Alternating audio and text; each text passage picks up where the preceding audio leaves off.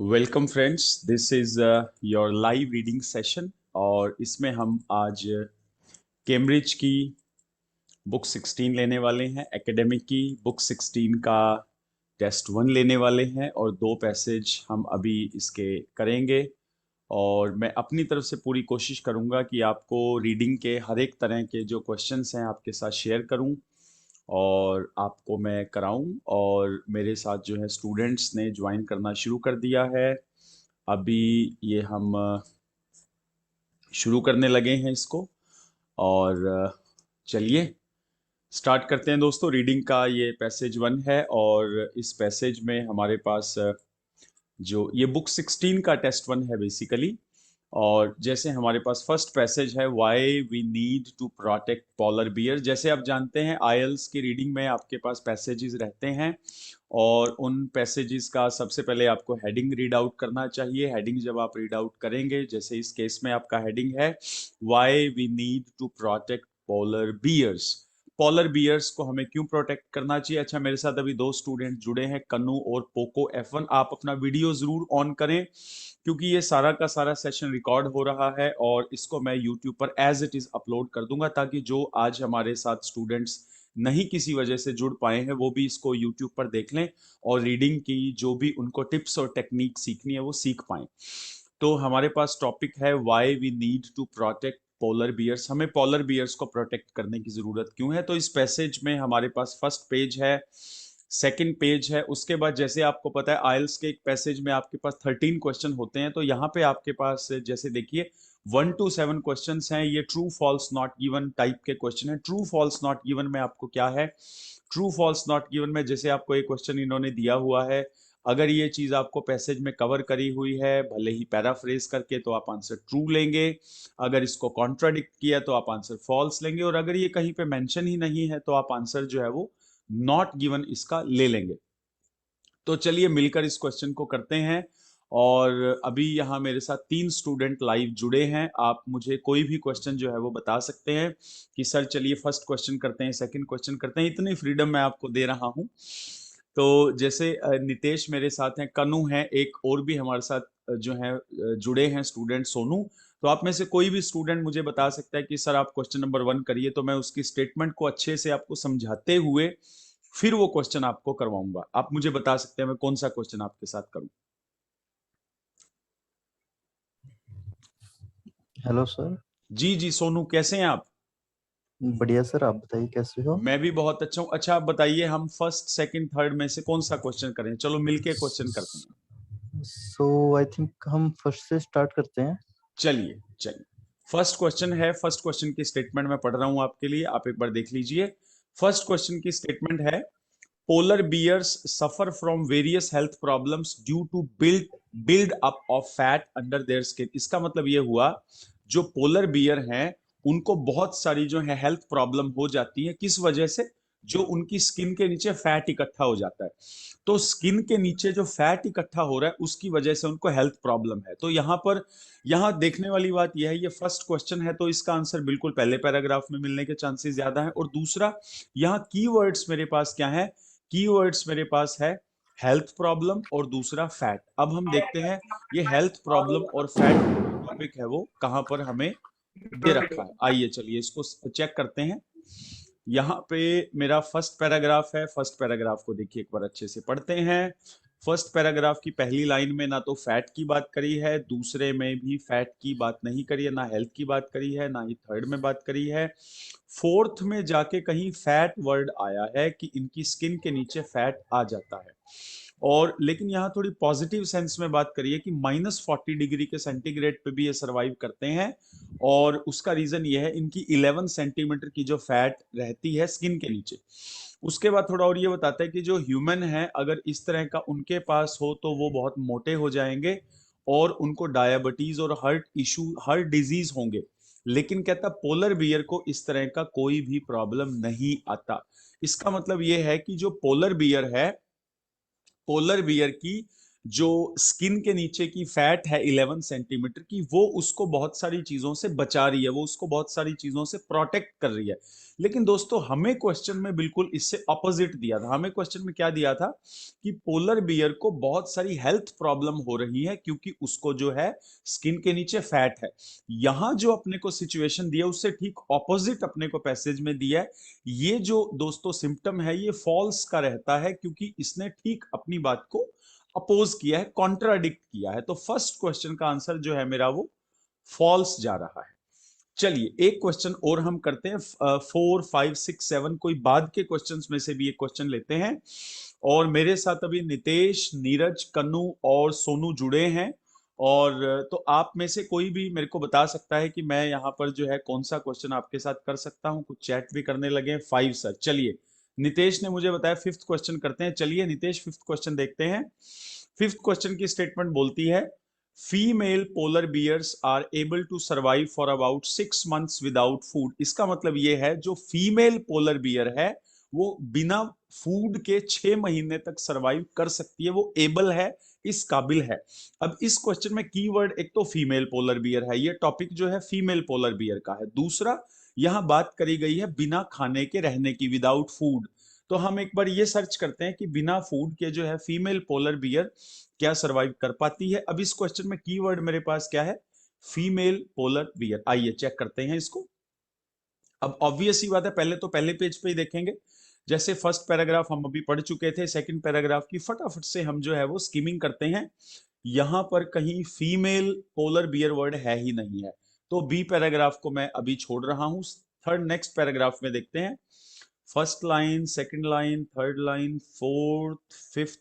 Fifth में जाके कहीं मुझे फीमेल पोलर बियर तो दिखाई पड़ रहा है। एक बात तो कन्फर्म है, फीमेल पोलर बियर की बात यहां करी। अभी ये देखते हैं क्या यहां बिना खाना 6 महीने रहने की बात है। देखते हैं, लिखता है female polar bear however undergo extreme conditions during every pregnancy. Okay, once autumn comes around these females will dig maternity dens in the snow. ये बर्फ में जो है अपने लिए कुछ जो है डिगिंग कर लेते हैं, कुछ खुदाई कर लेती है वहां पर बैठने के लिए। और will remain there throughout the winter. पूरी सर्दियां वहां पर बैठती है जब तक वो अपने बच्चे को जो है वो बर्थ नहीं दे देती। और इसने लिखा है ये प्रोसेस जो है वो चलता है आपका करीब करीब 6 महीने फास्टिंग का। फास्टिंग का मतलब है व्रत रखना। यानी इसने खुद से इस चीज को एक्सेप्ट किया है कि जो फीमेल पोलर बियर है वो 6 महीने बिना फूड के रह सकती है। सेम यही चीज अपने को इन्होंने ट्रू फॉल्स के क्वेश्चन में पूछी थी फिफ्थ में, कि जो फीमेल पोलर बियर है वो आपकी सरवाइव कर सकती है। तो बिल्कुल उसने खुद एक्सेप्ट किया। एक्सेप्ट करने को हम बोलते हैं एडमिट करना। एडमिट किया है कि वो बिना फूड के 6 मंथ सरवाइव कर जाती है। यानी ये जो सिम्टम है मेरा ये ट्रू का जा रहा है क्योंकि एज इट इज मेरे को मैटर जो है वो मिल चुका है। और मैं आपको बता दूं, रीडिंग अगर आप पूरे फोकस के साथ करते हो, इंटरेस्ट के साथ करते हो, तो रीडिंग एक बहुत ही स्कोरिंग मॉड्यूल है जिसमें बहुत अच्छा स्कोर कर सकते हैं। चलिए थोड़ा सा मैं आपको और आगे लेकर चलता हूं। नेक्स्ट जो मेरे क्वेश्चंस हैं दोस्तों इस पैसेज के, वो हैं fill in the blanks. Fill in the blanks में आपके पास एक बड़ी पॉपुलर क्वेश्चन टाइप है, 1 वर्ड ओनली, जिसमें आपको जो आंसर है वो 1 वर्ड में ही रखना होता है। अब जब भी आपको फिल इन द ब्लैंक्स के क्वेश्चन मिले उसका हेडिंग जरूर पढ़े। जैसे देखिए हेडिंग आपका क्या है, reasons Y polar bear should be protected. क्यों हमें पोलर बियर्स को प्रोटेक्ट करना चाहिए, उसके रीजंस की बात इसने करी है। हेडिंग से बहुत सारे क्लू हमें मिलते हैं। अब जैसे हम क्वेश्चंस की बात करते हैं तो क्वेश्चंस में हम मान के चलते हैं, हम जैसे 9th क्वेश्चन करते हैं। अब 9th क्वेश्चन देखते हैं। 9th क्वेश्चन में देखिए इसने क्या बोला है, how ever this may not be correct. For example कोई चीज है जो बता रहा है कि करेक्ट नहीं है, शायद 8वें क्वेश्चन में जो बात इसने कही है उसको ये इनकरेक्ट बोल रहा है। और 9th क्वेश्चन में क्या बोलता है, इन टेनोजी जू, कोई जू के बारे में बात करिए, टेनोजी जू, a bear has been seen using a branch as a dash. इसका मतलब ये हुआ कोई जू है टेनोजी में। अब कीवर्ड इसमें आ गया टेनोजी जू, जहां पे मेरे को पैसेज में टेनोजी जू मिलेगा वहां इस क्वेश्चन का लोकेशन है। और ये बोल रहा है इसमें कि एक बियर को, एक भालू को हमने देखा है।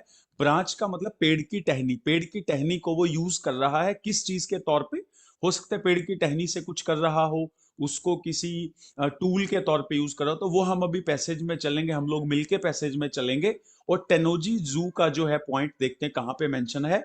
और बियर को इन्होंने जो है वो क्या करते हुए देखा है, ब्रांच को किस तरह से यूज करते हुए देखा है, ये सर्च करते हैं। चलिए, तो आपका फर्स्ट पेज पर ये कुछ थोड़ा सा मैंने अंडरलाइन किया, मैं इसको इरेज कर दूं फटाफट से एक बार ताकि आप अच्छे से इसको देख पाएं दोस्तों। फर्स्ट पैसेज में इन्होंने, देखते हैं, टेनोजी जू की बात करी है। आप इसमें फटाफट से अगर इसको स्किमिंग कर पा रहे होंगे तो फर्स्ट पेज पर कहीं भी पूरे पेज पे टेनोजी जू नहीं है, यानी फर्स्ट पेज पे इस क्वेश्चन की लोकेशन ही नहीं है, क्योंकि नेचुरल सी बात है, ब्लैंक का क्वेश्चन है तो कहीं जिक्र भी होगा।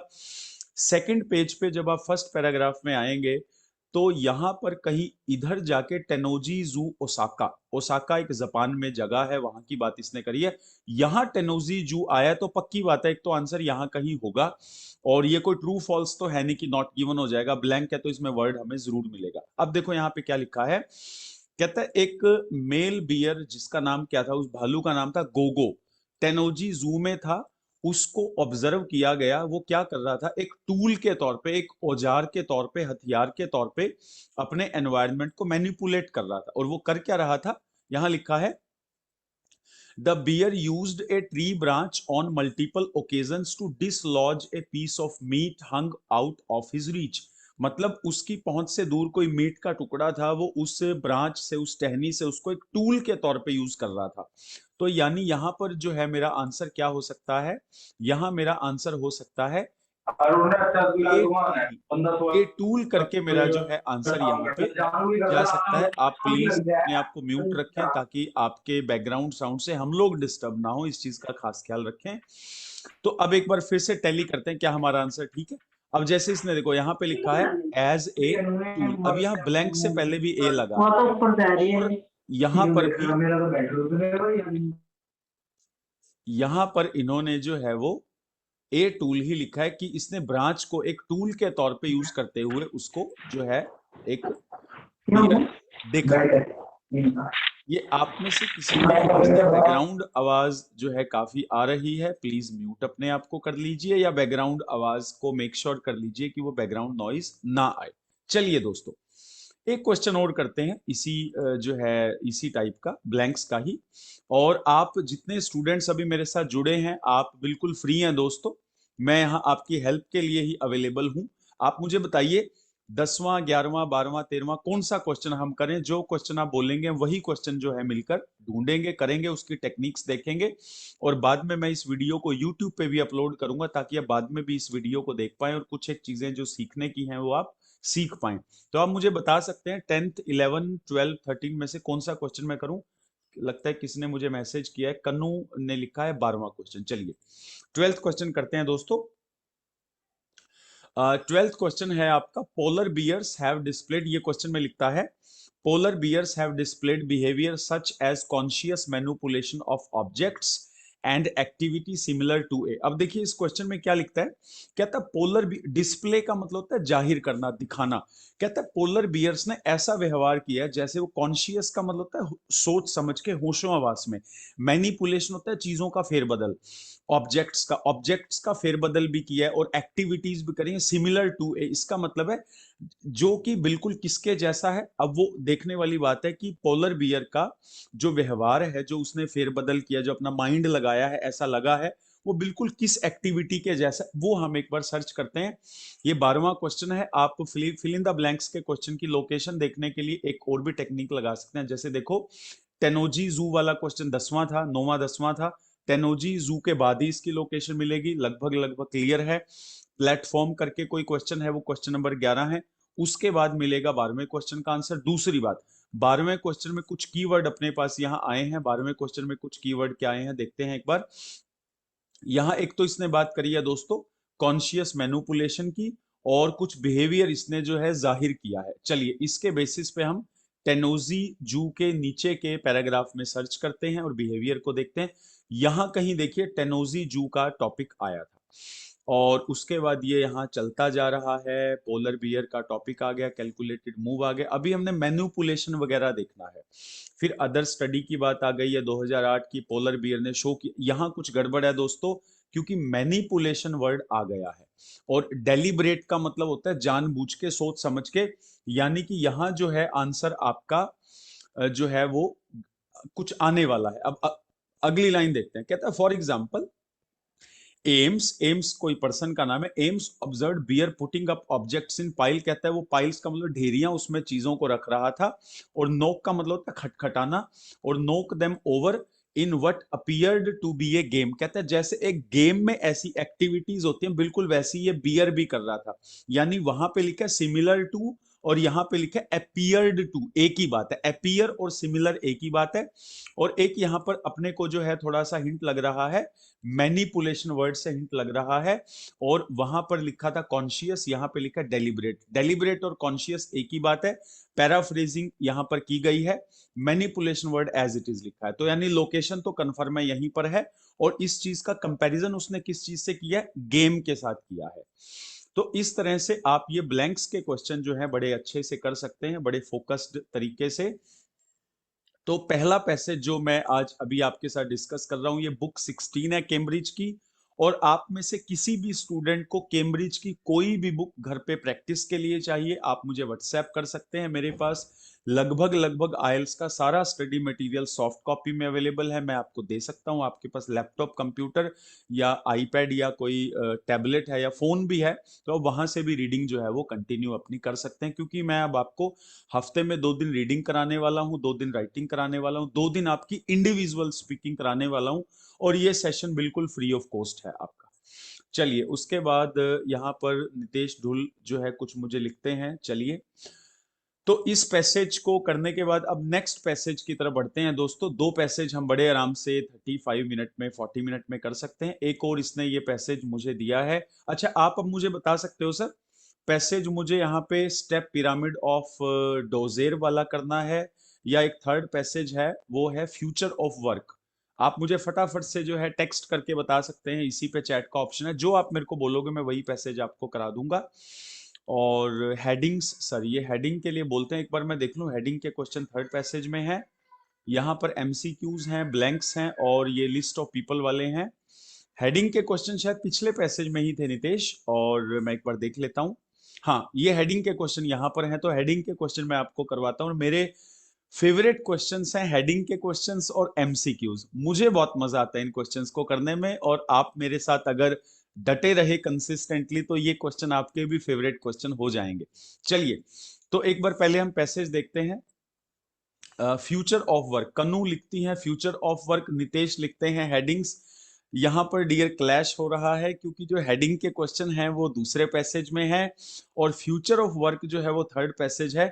चलिए, हम हेडिंग के क्वेश्चन कर लेते हैं। हेडिंग के क्वेश्चन से क्योंकि काफी लोगों की हेल्प हो जाएगी जब ये यूट्यूब पर भी वीडियो आपके लिए रहेगा। तो पैसेज का नाम है स्टेप, जी जी जी, फ्यूचर ऑफ वर्क, हेडिंग और एमसीक्यू। कोई बात नहीं कन्नू, ऐसा है हमने रूटीन में ही पढ़ाना है। आज हम हेडिंग के क्वेश्चन देख लेते हैं, नेक्स्ट टाइम हम जो है एमसीक्यूज भी देख लेंगे। चलिए, तो स्टेप पिरामिड ऑफ डोजेर। अब पिरामिड आपको पता है जैसे इजिप्ट के पिरामिड हैं, वो एक कंस्ट्रक्शन होती है, एक बहुत पुराने टाइम की कंस्ट्रक्शन है। स्टेप का मतलब होता है सीढ़ियां, जैसे घरों में स्टेप्स होते हैं, सीढ़ियां होती हैं। और डोजेर कोई या तो प्लेस का नाम है या कोई राजे महाराजा का नाम भी हो सकता है, वो अभी पढ़कर अपने को पता जो है वो चलेगा। तो स्टेप पिरामिड करके है, और ये क्वेश्चंस जो हैं दोस्तों अपने लिए जो है यहाँ पे 14 to 20 क्वेश्चन है, मतलब 7 क्वेश्चन है। There are 7 question of heading, और 7 क्वेश्चन दोस्तों बहुत मायने रखते हैं। 40 में से अगर आपके 7 क्वेश्चन हेडिंग के हैं तो काफी ये एक स्कोरिंग एक्टिविटी है, काफी स्कोरिंग क्वेश्चन होते हैं हेडिंग्स के। जैसे मैं एक बार फटाफट से आपको पढ़वा देता हूं, और हेडिंग के क्वेश्चन को करने का मेरा जो मेथड है वो मैं आपसे शेयर करने लगा हूं। मैं पहले क्या करता हूं, टाइम को डिवाइड करता हूं। जैसे ये क्वेश्चन मेरे पास आ गए हैं 7, मेरे पास 13 क्वेश्चन के लिए टाइम होता है 20 मिनट का। तो 7 लगभग लगभग हाफ है, तो मतलब 10 मिनट का टाइम है। तो मैं 10 मिनट का टाइम इन क्वेश्चंस को देके चलूंगा। और 10 मिनट को मैं डिस्ट्रीब्यूट कैसे करता हूं, 10 मिनट में से मैं पहले कम से कम 2 से 3 मिनट लगाता हूं इन हेडिंग्स को पढ़ के। इन हेडिंग्स को अपने तरीके से मैं पैराफ्रेज करके रख लेता हूं।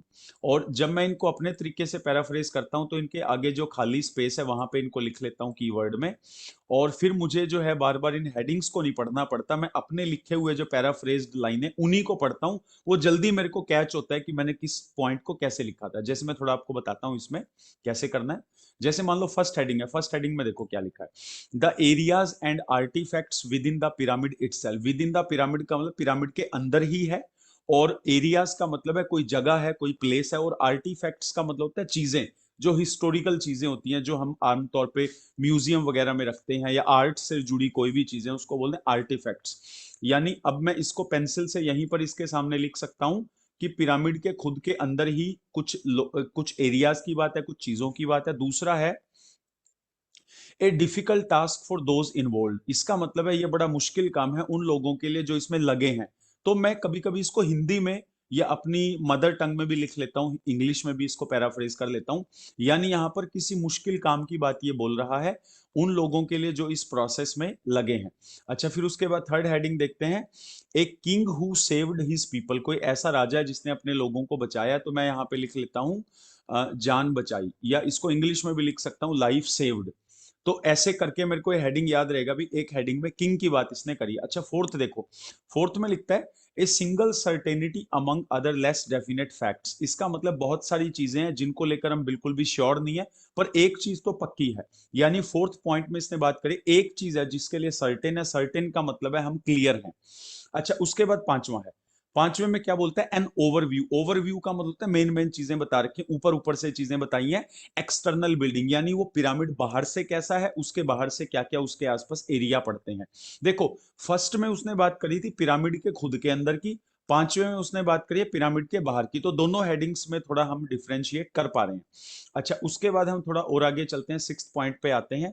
सिक्स पॉइंट में इसने बात करी है दोस्तों, a pyramid design that other copied, यानी कोई पिरामिड का ऐसा डिजाइन है जिसको बाकी लोगों ने भी फॉलो किया है। जैसे हम बोलते हैं ना, भाई हमने एक बिल्डिंग बनाई थी, उसको 10 लोगों ने कॉपी किया, मतलब copy and paste, copy paste बोलते हैं ना हम लोग। आप चाहो तो इसमें कोड वर्ड में कॉपी पेस्ट लिख लो, तो आपको याद रहेगा एक हेडिंग वो भी था जिसमें एज इट इज उसको कॉपी किया बाकी लोगों ने। अच्छा, सातवां है an idea for changing the design of burial structures. Burial structure का मतलब जहां पे लोगों को दफनाते हैं हम, उन स्ट्रक्चर्स के डिजाइन को चेंज करने का आइडिया आया कि उनका जो स्ट्रक्चर है वो चेंज होना चाहिए।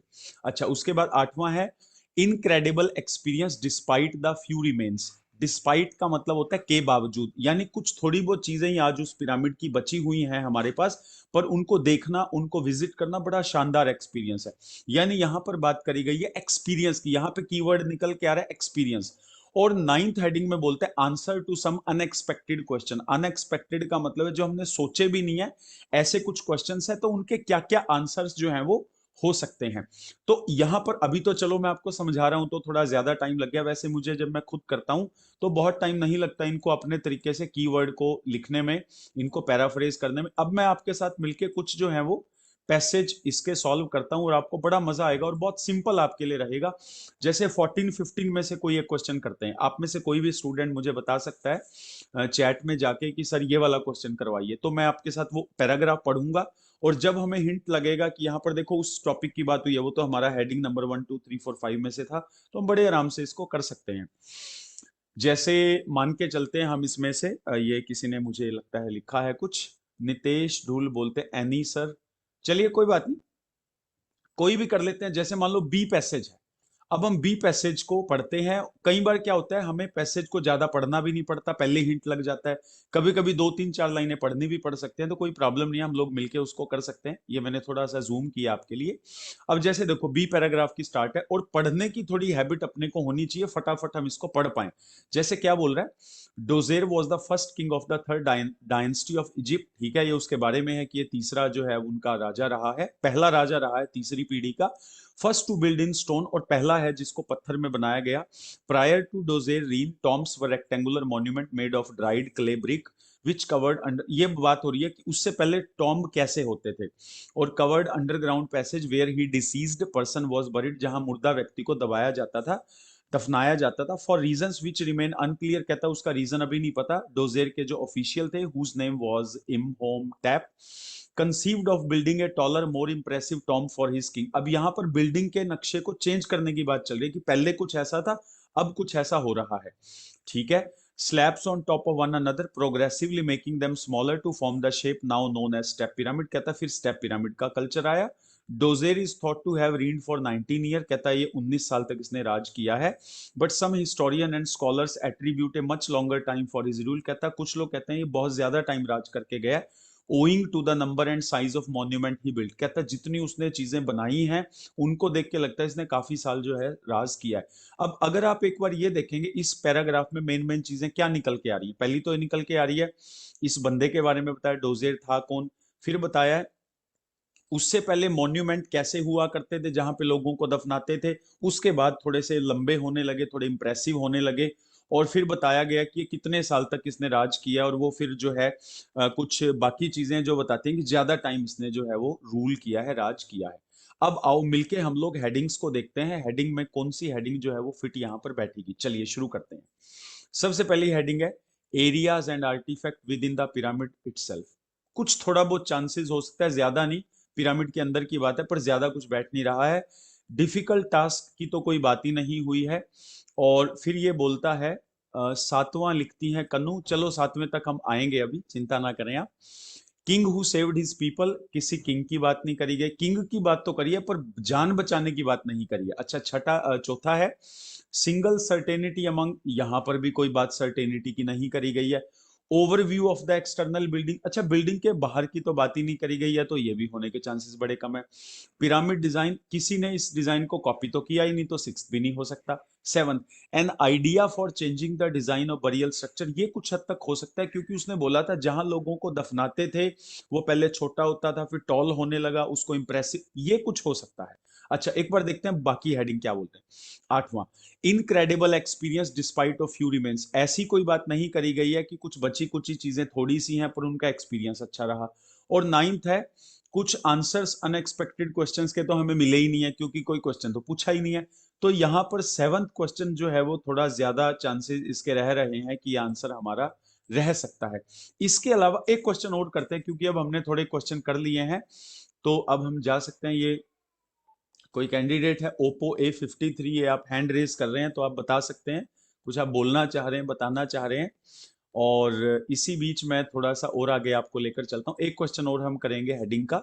और हेडिंग के क्वेश्चंस में एक बार आप इंटरेस्ट लेना शुरू कर देंगे तो आपको बहुत ही मजा आएगा हेडिंग के क्वेश्चन, क्योंकि बड़े स्कोरिंग रहते हैं। चलो ऐसा करते हैं हम लोग ना, एफ पैराग्राफ करते हैं, एफ या जी। अच्छा ये बताओ एफ करें या जी करें? अब जो बोलेंगे मैं वही क्वेश्चन करा देता, एफ या जी। थोड़ा छोटा लग रहा है, थोड़ा जल्दी हम इसको कवर कर लेंगे, तो बताइए एफ करें या जी करें दोस्तों? हेडिंग हमने लगभग समझ ही लिया है, तो हमारे को अब ज्यादा टाइम लगेगा नहीं क्योंकि थोड़ा टॉपिक भी समझ में आ चुका है। एफ पैराग्राफ ठीक है, एफ पैराग्राफ देखते हैं दोस्तों। एफ पैराग्राफ को मैं एक तो पहले जो है इसको सर्कल कर दूं और थोड़ा सा जूम कर दूं ताकि आप भी अच्छे से पढ़ पाए। चलिए अब एफ की एक तो शुरुआत अनफॉर्चुनेटली से करिए, थोड़ा लग रहा है नेगेटिव चीज इसमें बताने वाला है। कहता all the precautions and intricate design of the underground network did not prevent ancient robbers from finding a way in. कहता है कुछ पुराने जमाने के जो चोर थे उनसे ये बचा नहीं पाए, हालांकि इन्होंने अपनी तरफ से बड़ी सावधानियां ली, बड़ा जो है डिजाइन बनाया, पर फिर भी चोर जो है वो अंदर आ गए। Djoser grave goods and even his body were stolen, कहता है उसकी बॉडी को चुरा लिया उसमें से पास्ट से। और सभी के सभी आर्कियोलॉजिस्ट ने एक थोड़ी बहुत ही जो है वैल्यूएबल पोजेशंस जो है मतलब वो जो वहां बची रही हैं जो चोर उनको छोड़कर गए हैं। There was enough left throughout the pyramid and its complex however to astonish and amaze archaeologist who excavated it. Sir आप ध्यान से देखिए, एफ पैराग्राफ की लास्ट लाइन में लिखता है, कहता है जो वहां पे खुदाई करने गए थे आर्कियोलॉजिस्ट, जो वो पुरातत्व विभाग के लोग थे, कहता वो हैरान रह गए। कहता चीजें थोड़ी बहुत ही छोड़ी थी उन्होंने, चोरों ने ज्यादातर चीजें वो ले गए। कुछ जो ओवरलुक का मतलब होता है इग्नोर करना, कुछ एक चीज जो उनके ध्यान में नहीं रही वो छोड़ गए। कहता अमेज, अमेज का मतलब है उनको मंत्र मुग्ध कर दिया, उनको वो चीज बड़ी अच्छी लगी। आप ध्यान से देखिए सर, एक हेडिंग था फ्यू रिमेन्स करके, ये रहा आपका एट्थ हेडिंग। देखो एट में साफ साफ लिखा है, कहता है जो एक्सपीरियंस था उसको देखने का बड़ा अच्छा था, हालांकि चीजें कम बची हुई थी, अब ज्यादातर चोरी हो गई। उन्होंने चाहे कितनी मर्जी एहतियात बरती हो फिर भी लेकिन वो चीजें जो हैं रोबर्स ने चुरा ली थी। पर जो आर्कियोलॉजिस्ट गए उनको एस्टोनिश, एस्टोनिश और इनक्रेडिबल एक्सपीरियंस एक तरह से सेम ही बात जा रही है, तो इसका आठवां हेडिंग हमारा बन रहा है। तो एक काम करते हैं, हम एक हेडिंग का क्वेश्चन लगे हाथ और भी कर लेते हैं क्योंकि अब थोड़ा मेरा भी इंटरेस्ट बन गया और मुझे लगता है आप लोगों का भी इंटरेस्ट बन रहा होगा, क्योंकि नॉर्मली अकेडमीज में टीचर जो हैं या बच्चे जो हैं बोर हो जाते हैं पढ़ते पढ़ते, पर यहाँ हम थोड़ी देर की क्लास रखेंगे तो हम बोर होने से पहले तो क्लास ही अपनी जो है फिनिश कर देंगे। वैसे मेरे साथ बोर होने के चांसेस जो हैं बड़े कम रहते हैं स्टूडेंट्स के। चलिए एक पैराग्राफ और करते हैं दोस्तों। अब हमने बी पैराग्राफ किया है, सी, डी और ई में से कोई भी आप एक पैराग्राफ मेरे को जो है वो चैट में बता दीजिए। मैं एक कोई भी पैराग्राफ आप बोलेंगे वो पहले उसको पढ़ेंगे, थोड़ा देखेंगे उसमें से क्या चीज निकल के आ रही है। और ये मेरे पास चैट में आया है डी पैराग्राफ। चलिए डी पैराग्राफ पढ़ते हैं दोस्तों।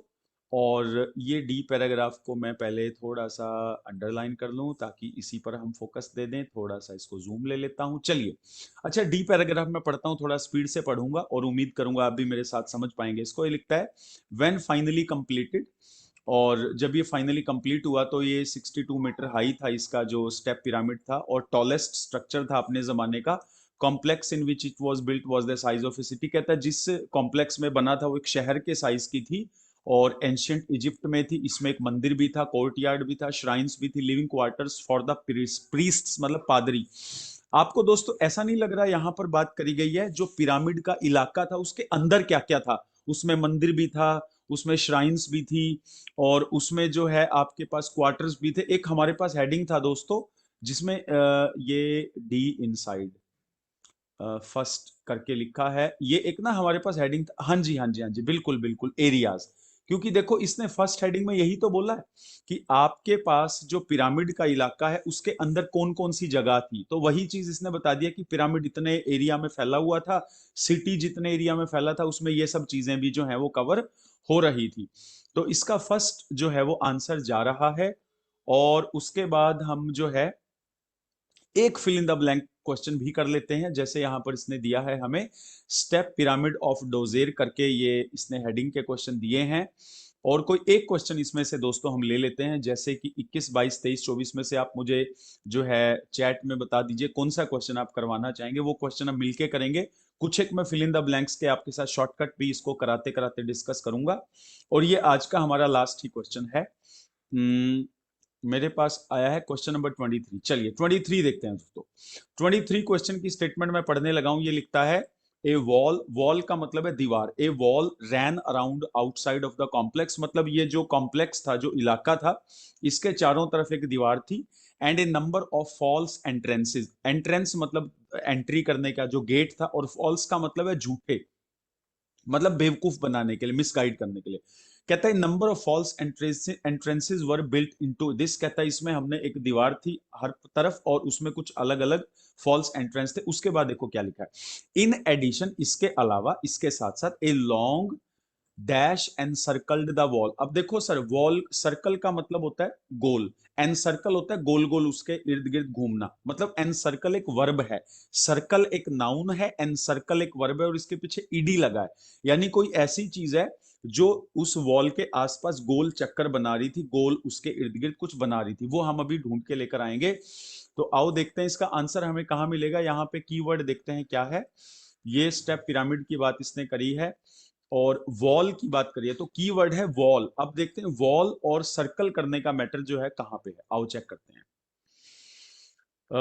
शुरुआत करते हैं दोस्तों। हम अभी डी पे थे, डी में थोड़ा ये बात कर रहा था और मुझे डी में कहीं वॉल वर्ड भी दिखाई पड़ा है।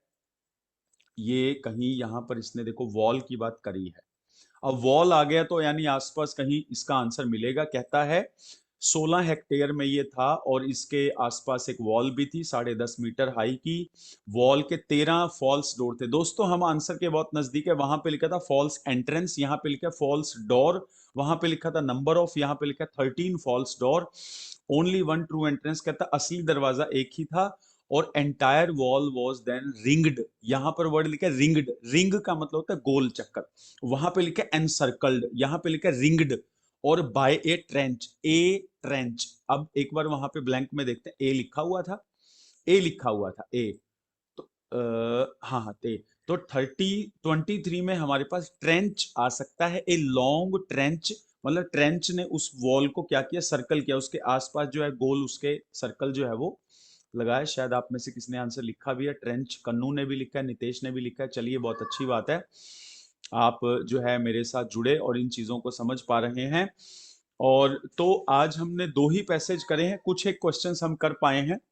एक तो हमने ये स्टेप पिरामिड का किया है और एक पैसेज हमने किया था दोस्तों पोलर बियर को हमें क्यों बचाना चाहिए। आज हम इतना ही करने वाले हैं और अब मैं कुछ थोड़ी बहुत आपसे बातचीत करूंगा। कल भी जो है इसी आईडी पासवर्ड से हम जुड़ेंगे और कल हम करीब 9:15 पे राइटिंग टास्क करेंगे। मैं खुद आपको राइटिंग टास्क की ABCD समझाते हुए अच्छे से, कैसे आप एक राइटिंग टास्क 2 का इंट्रो बनाते हैं, कैसे आप बॉडी बनाते हैं, कैसे वोकैब लिखते हैं, क्योंकि मैंने खुद राइटिंग में 7 बैंड भी लिए हैं, 6.5 भी लिए हैं, कुछ स्टूडेंट के 7.5 लेने में भी हेल्प करी है। तो मैं वाकई आपकी राइटिंग पर काफी अच्छी मेहनत आपके साथ मिलकर कर सकता हूं। और तो कल आप रेडी रहिएगा कॉपी पेन के साथ, क्योंकि कल मैं आपको जो है आराम से बैठने नहीं दूंगा, आपको भी साथ साथ में लिखना होगा मेरे साथ। मैं स्क्रीन पे टाइप करूंगा ताकि आप देख पाएं, आप उसको साथ साथ लिखेंगे तो आप उस चीज को अच्छे से अंडरस्टैंड कर पाएंगे, एक बढ़िया फॉर्मेट आप सीखेंगे। और आप इन क्लासेस की आईडी पासवर्ड अपने दोस्तों से भी शेयर कर सकते हैं, जो भी आपके फैमिली फ्रेंड्स में से आइल्स प्रिपरेशन कर रहे हैं, चाहे वो एकेडमिक का है चाहे GT का है। और आप मेरे साथ बने रहे उसके लिए थैंक यू सो मच। उम्मीद करता हूं आपके पिछले करीब 35 मिनट जो मैंने लिए हैं, आपने कुछ अच्छा नया जरूर उसमें लर्न किया होगा। अब इस सेशन को मैं एज इट इज यूट्यूब पर भी अपलोड करने लगा हूं ताकि आप कुछ एक चीजों को दोबारा भी देख सकते हैं। थैंक यू सो मच, बहुत बढ़िया रहा। कोई भी आपकी क्वेरी है, कुछ भी आप मेरी हेल्प चाहते हैं, आप मुझे मेरे व्हाट्सएप नंबर पे 9996605415 पर टेक्स्ट भी कर सकते हैं। Thank you so much friends, God bless you, bye bye.